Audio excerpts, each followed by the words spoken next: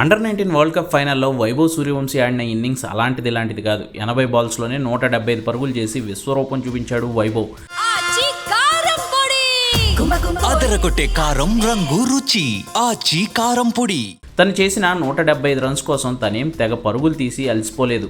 ఇన్నింగ్స్లో 25 పరుగులు మాత్రమే రన్స్ రూపంలో వచ్చాయి వైభవ్కి. మిగిలినవన్నీ బౌండరీల నుంచే లాగేశాడు వంశీ. తన ఇన్నింగ్స్లో 15 ఫోర్లు 15 సిక్సర్లు ఉన్నాయి. 15 ఫోర్ల ద్వారా 60 పరుగులు, 15 సిక్సర్ల ద్వారా 90 పరుగులు, అంటే మొత్తం 150 రన్స్ బౌండరీస్తోనే రాబట్టాడు వైభవ్.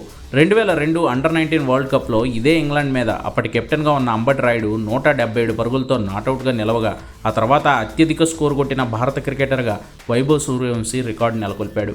వైభవ్ సూర్యవంశీ దాటికి భారత్ ఏకంగా 411 పరుగులు చేసి ఇంగ్లాండ్కు 412 పరుగుల టార్గెట్ ఇవ్వగలిగింది.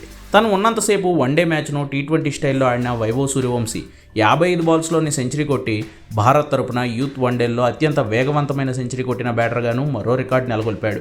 చూడాలి, గతేడాది ఐపీఎల్ దగ్గర మొదలైన సూర్యవంశీ దూకుడు ఈ అండర్-19 వరల్డ్ కప్ భారత్ కైవసం అయితే అంతర్జాతీయ మ్యాచ్ల్లో అరంగేట్రం దిశగా అడుగులు వేస్తుందేమో. అదే జరిగితే సచిన్ కంటే చిన్న వయసులో అంటే 15 ఏళ్లకే అంతర్జాతీయ క్రికెట్లోకి అడుగుపెట్టిన అత్యంత చిన్న వయస్కుడైన భారత క్రికెటర్గా సూర్యవంశీ మరో రికార్డును నెలకొల్పుతాడు.